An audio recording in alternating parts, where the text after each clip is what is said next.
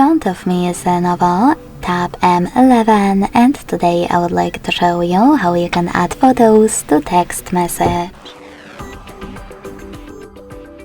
Begin by selecting Messages app and tapping on or creating one of your chats.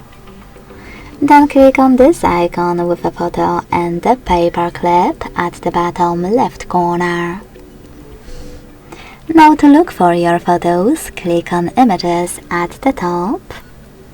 Look for them over here in Recent Files.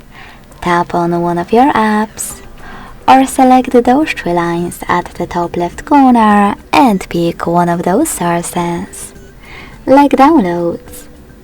Wherever you decided after locating your photo that you wish to add, just hold it and click on Select at the top right corner to attach it.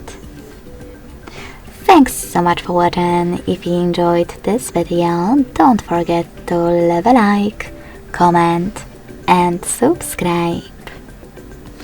Bye!